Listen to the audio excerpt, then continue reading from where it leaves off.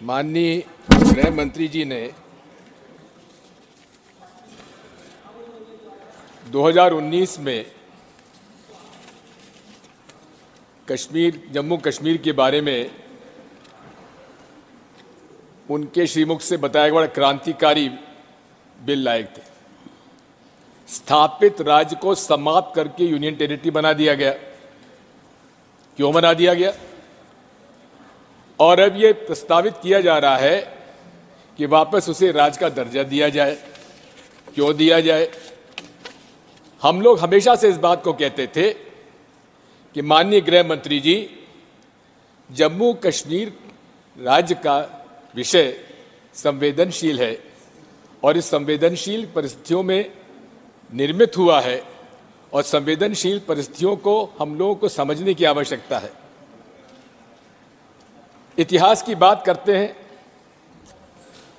और इतिहास किस प्रकार से तोड़ मरोड़ के लिखा जाता है उसको थोड़ा सा मैं कहना चाहता हूं। कोटेशन है हिस्टोरियन का, कार का। History consists of corpus of ascertained facts. The facts are available to the historians in documents, inscriptions, and so on, like fish on fishmonger's slab. The historian collects them, takes them home, and cooks and serves them in whatever style and appeals to him. माननीय अमित शाह जी और पूरी Bharatiya Janata party और आज हमारे मित्र रेड्डी साहब भी और उस तरफ के बहुत सारे लोग इतिहास को तोड़ मरोड़ कर वो अपने हिसाब से उन्होंने प्रस्तुत करने का प्रयास किया। जबकि फैक्ट यह है कि जब देश आज़ाद हुआ तो देशी रियासतों के राजाओं और नवाब और महाराजाओं को ये अधिकार था कि वो किस देश में शामिल हों, वो अधिकार उनको दिया गया था। नवाब जूनागढ़ में जहाँ की हिंदू पॉपुलेशन है, उन्होंने कहा था कि मुझे पाकिस्तान में शामिल होना है और महाराज हरि सिंह जी ने आखिर तब तक टालते रहे, वे नेगोशिएट करते रहे और अंत में एकदम से उन्होंने कश्मीर वैली में श्रीनगर में जहाँ की 95% मुसलमान हैं, वहाँ निर्णय लिया कि मैं हिंदुस्तान में शामिल होऊंगा। इतिहास इस बात का साक्षी है कि उसके बाद जो कुछ हुआ, अगर कश्मीर वैली और जम्मू कश्मीर आज भारत के साथ है, उसका श्रेय अगर किसी को जाता है तो पंडित जवाहरलाल नेहरू को जाता, शेख अब्दुल्ला को जाता है।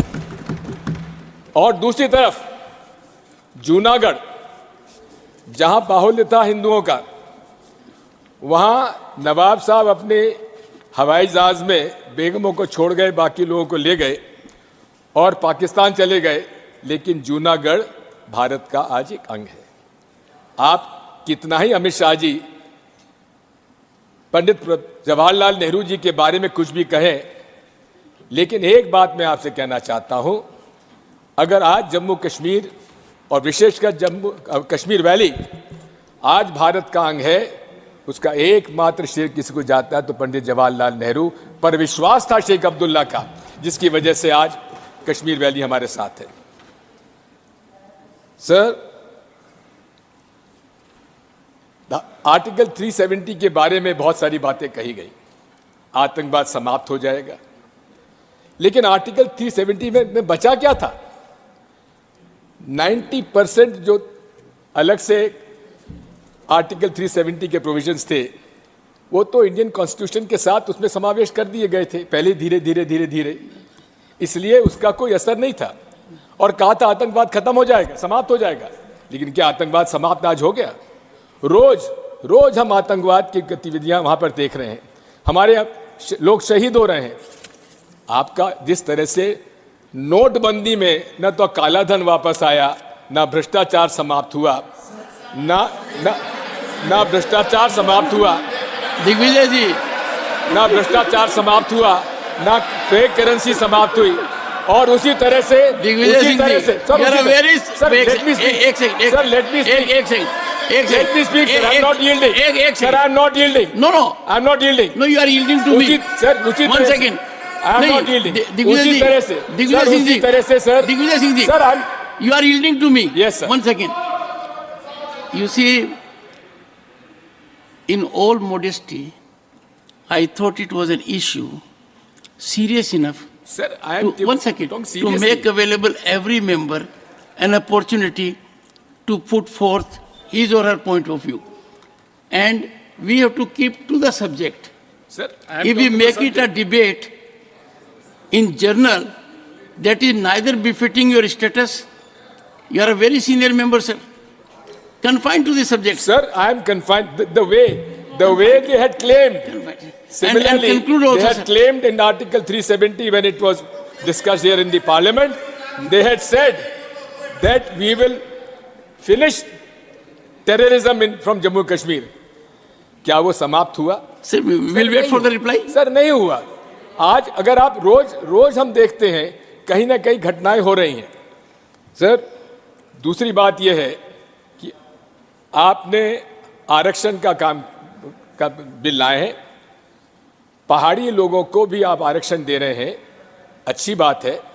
ये कांग्रेस पार्टी और नेशनल कॉन्फ्रेंस की सरकार के समय से हम लोगों का प्रस्ताव ये रहा है, लेकिन उसमें ये भी बात समाप्त अभी नहीं, उसमें साफ नहीं की गई है कि आखिर जो हमारे अभी जिनको आरक्षण मिल रहा है उनका आरक्षण समाप्त कम तो नहीं होगा। इसी के साथ साथ हम ये भी उनसे चाहते हैं कि उन्होंने बिल में ये बताया नहीं है कि कितनी संख्या में इतने पहाड़ी लोगों को और दिया जाएगा, कितना प्रतिशत दिया जाएगा, इसका कोई स्पष्टीकरण उन्होंने नहीं दिया है। सर मैं आपसे कहना चाहता हूं कि आज जम्मू कश्मीर के विशेषकर जम्मू कश्मीर लोगों का मेरे भी कई लोग वहाँ पर रिश्तेदार हैं, जितेंद्र सिंह जी इस बात के नहीं होंगे तो बता देंगे। वहाँ पर आज इतनी नाराज़ी है कि जिन लोगों को लोकल लोगों को नौकरियाँ मिलती थी वो आज नौकरियाँ नहीं मिल रही हैं। ठेकेदार बाहर के प्रदेशों से आ रहे हैं, मैं नहीं कहूँगा कहाँ से आ रहे हैं, लोकल लोगों को आज कोई अधिकार वहाँ नहीं बचा है। मैं आपसे अनुरोध करना चाहता हूँ कि ये हालांकि जो रिजर्वेशन का बिल है इसका तो हम समर्थन करते हैं क्योंकि हम लोगों का ही पुराना प्रस्ताव था, लेकिन उसमें क्लैरिटी की आवश्यकता है।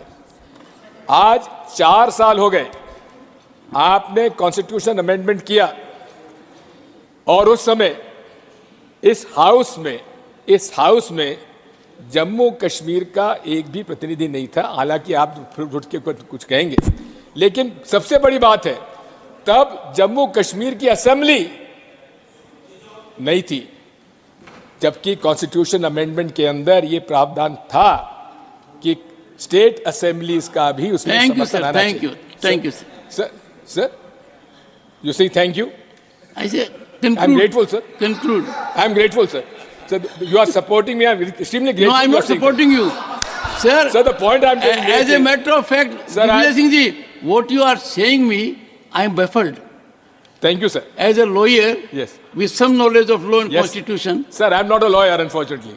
Therefore, I can appreciate. Thank you, sir. You are on a tangent, not in the right perspective. Sir, what is this, sir? Sir, I am saying, sir, that please this conclude. was unconstitutional, and still we accepted the fact.